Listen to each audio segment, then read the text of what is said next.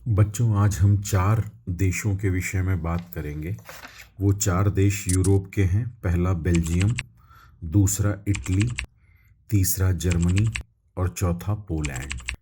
इन चारों के विषय में जो हम बात करेंगे, इनकी सिचुएशन के विषय में कि फ्रांसीसी क्रांति व नेपोलियन से पहले इनकी क्या स्थिति थी, फ्रांसीसी क्रांति व नेपोलियन के युग में इनकी क्या स्थिति थी, फ्रांसीसी क्रांति व नेपोलियन के पतन के बाद वियना व्यवस्था में इनकी क्या स्थिति थी, और वियना व्यवस्था के बाद या कह लीजिए उसके उस युग के बाद उनकी क्या स्थिति थी, इन पर हम आज बात करेंगे बच्चों।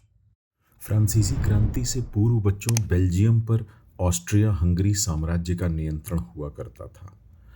इसके अलावा इटली भी कई भागों में विभाजित था।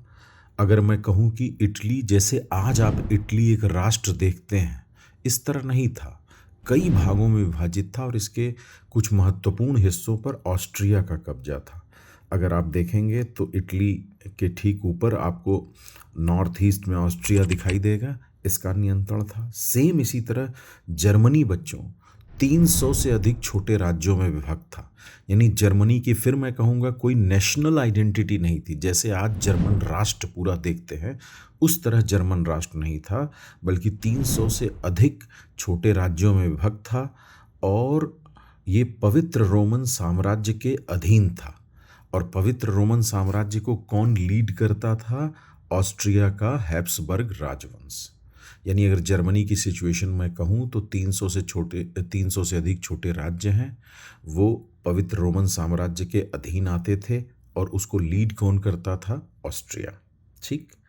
पोलैंड की बच्चों पूरी कहानी मैं अलग से ही एक बताऊंगा आपको, ठीक है ना। तो अभी मैं पोलैंड को छोड़ रहा हूँ, वो कहानी अलग से ही आपको अभी आगे मैं बताऊंगा। फ्रांसीसी क्रांति और इसके पश्चात नेपोलियन का उत्थान हुआ। नेपोलियन ने क्या किया बच्चों, समझिए। ऑस्ट्रिया के प्रभाव से बेल्जियम को मुक्त करा दिया।